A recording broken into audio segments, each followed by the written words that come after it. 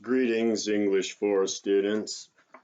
Today, for story time, I will be reading the Anton Chekhov story called Vanka to you.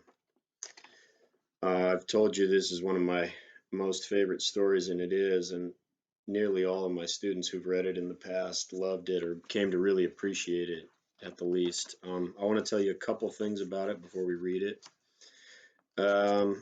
About Anton Chekhov, this is off the top of my head, but really cool guy. Russian, right? All these people we'll talk about are Russian, and especially in America, especially anymore, we don't really know anything about Russia. It's this great mystery.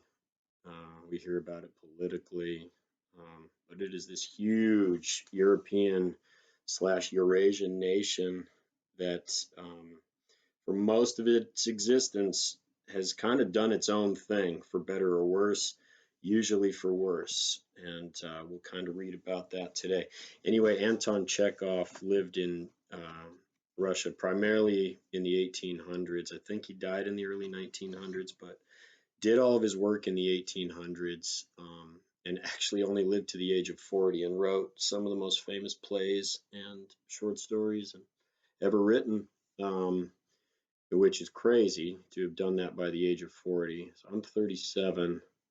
It puts quite a bit of pressure on me to write 3 of the great plays ever and like 40 of the greatest short stories ever. But I'm convinced I'm a way better athlete and way funnier than he ever was, but maybe not. Anyway, he died at 40, and he was very critical of Russian society. He was also a doctor, which is incredible. So he was an author, which made him a celebrity in Russia, and he was also just happened to be a doctor. So this was a very brilliant man who kind of could do whatever he wanted. But what I really love about him is despite being brilliant and probably having some money in a society where almost nobody had any money. I'll share an image with you on Canvas to demonstrate just what Russian society was like at the time. But he was very critical of the way that Russian society was structured and the way it treated the people at the bottom of the society in particular. And we will read about one of those people today. So I've told you previously that Vanka is about a boy who would be called an indentured servant, uh, a person who was purchased for the purpose of putting them to work. Um, So there's just not a whole lot of gray area between that term indentured servant and slave. What I will say is it's probably likely that slaves in America brought from Africa were in general treated even worse physically by those who would have been enslaved in Russia, but not by a whole lot. I mean, this is all just horrible business. The Russians just kind of put a veil over the idea of slavery within their society, but it was real, and it lasted essentially until World War One, which sparked the Russian Revolution, and by 1917, all of these low people in Russian society had overthrown the entire government, taken control of Russia, and turned it into a communist society. So that's how that happened. There's a lot of people like Vanka here who were fed up with it. We don't know if Vanka ever actually reaches that state mentally, but I could see how it would happen. So here we have Vanka. He's 9 years old, and this is his story. Sorry. Vanka by Anton Chekhov.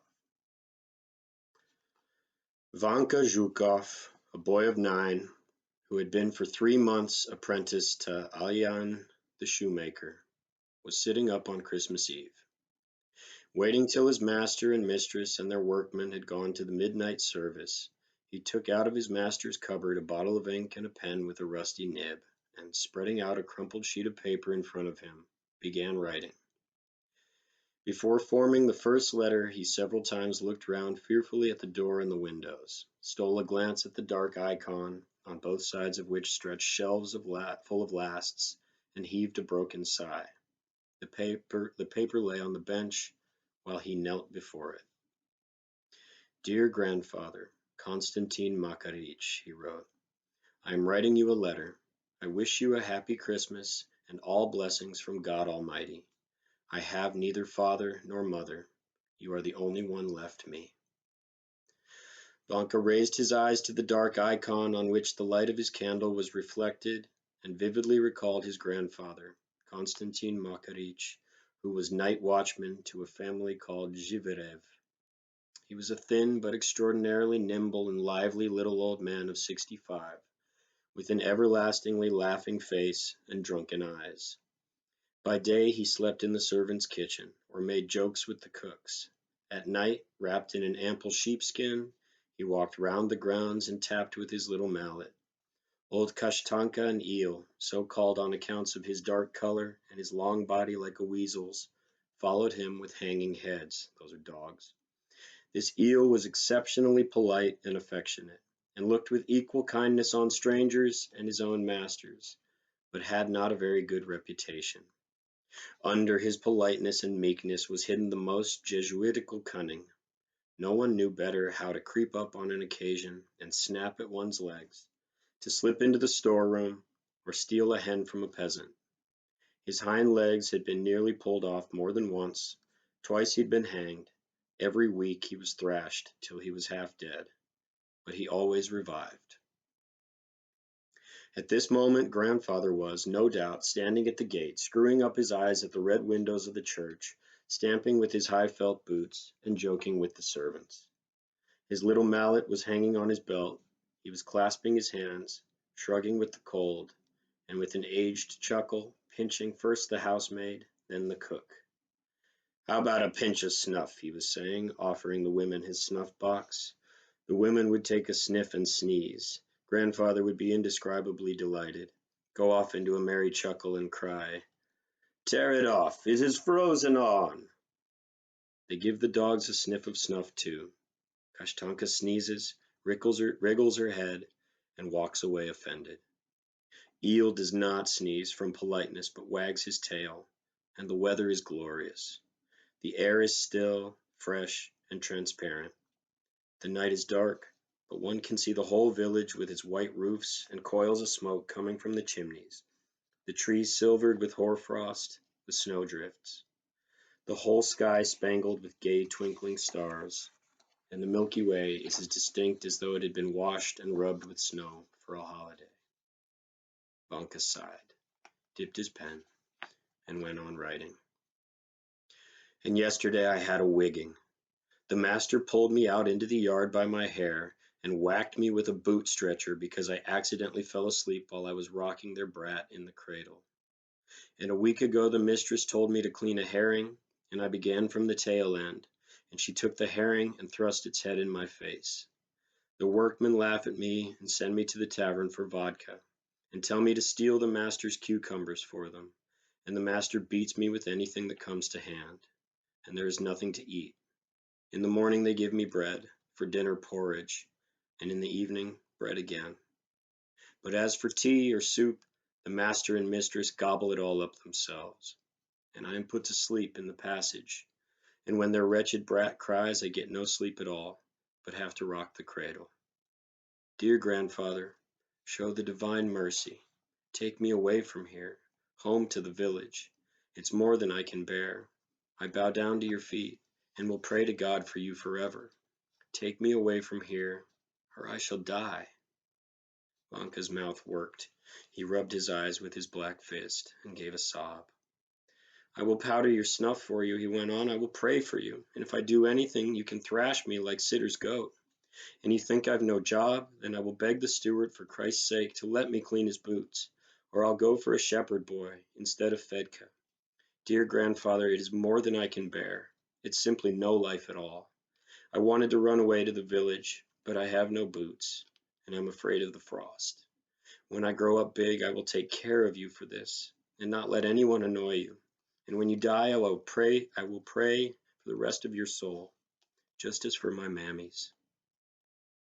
Moscow is a big town. It's all gentlemen's houses, and there are lots of horses, but there are no sheep, and the dogs are not spiteful. The lads here don't go out with the star, and they don't let anyone go into the choir. And once I saw in a shop window fishing hooks for sale, fitted ready with the line and for all sorts of fish, awfully good ones. There was even one hook that would hold a 40-pound sheat fish. And I've seen shops where there are guns of all sorts after the pattern of the master's guns at home, so that I shouldn't wonder if they are 100 rubles each. And in the butcher's shops there are grouse and woodcocks and fish and hares, but the shopmen don't say where they shoot them. Dear grandfather, when they have the Christmas tree at the big house, get me a gilt walnut and put it away in the green trunk. Ask the young lady Olga Ignatievna.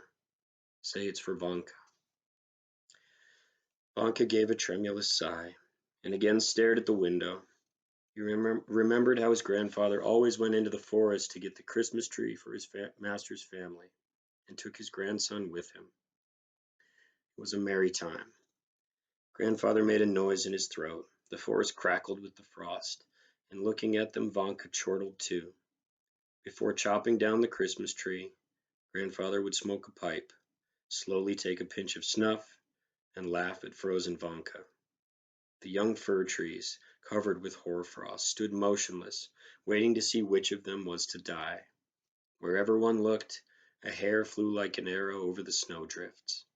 Grandfather could not refrain from shouting, "Hold him! Hold him! Hold him! Ah, the bobtailed devil!" When he'd cut down the Christmas tree, Grandfather used to drag it to the big house, and there set to work to decorate it. The young lady, who was Vanka's favorite, Olga Ignatievna, was the busiest of all. When Vanka's mother Pelagaya was alive and a servant in the big house, Olga used to give him goodies, and having nothing better to do, taught him to read and write, to count up to 100, and even to dance a quadrille. When Pelagaya died, Vanka had been transferred to the servants' kitchen to be with his grandfather, and from the kitchen to the shoemaker's in Moscow. "Do come, dear grandfather," Vanka went on with his letter. "For Christ's sake, I beg you, take me away. Have pity on an unhappy orphan like me.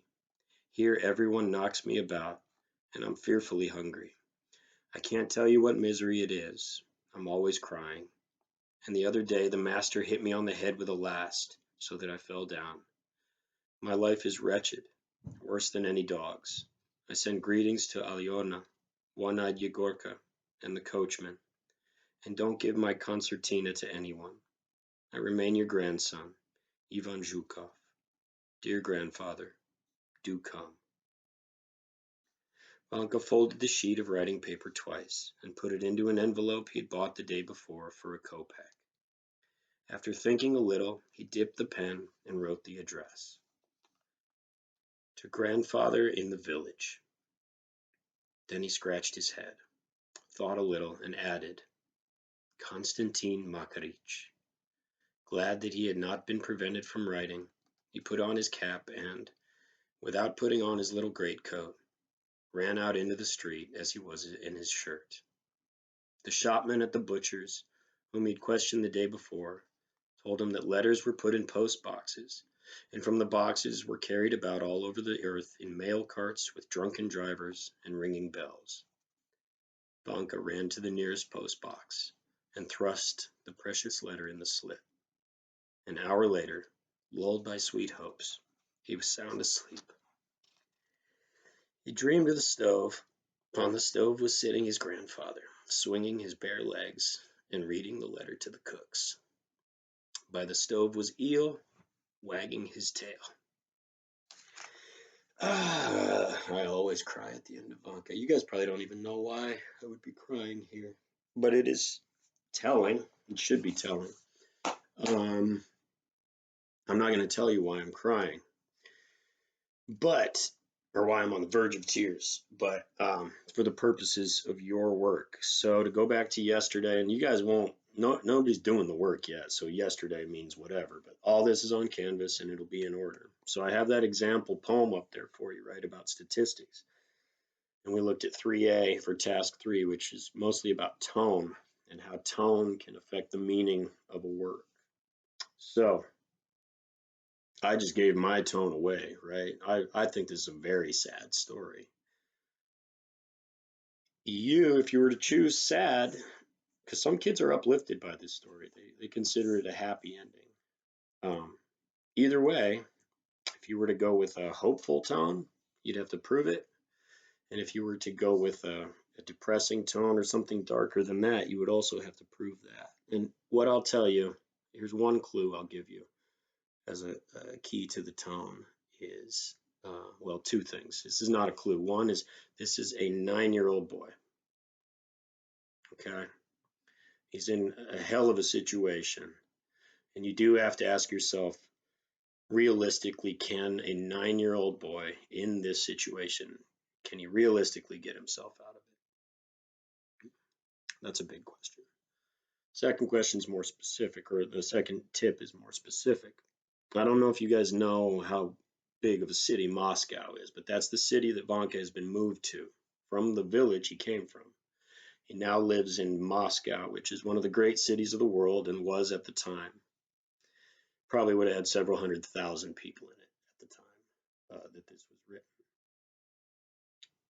So keep that in mind uh, and look at just how this letter is supposed to get to Vanka's grandfather, because the letter is the key, right? If it's hopeful, then we have to be able to assume the letter will get to the grandfather.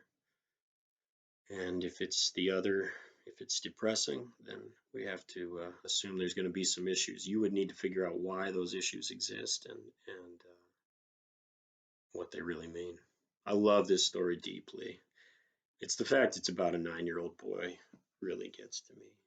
I hope it does for you. No pressure to work with it, but let me know if you have any issues. Namaste.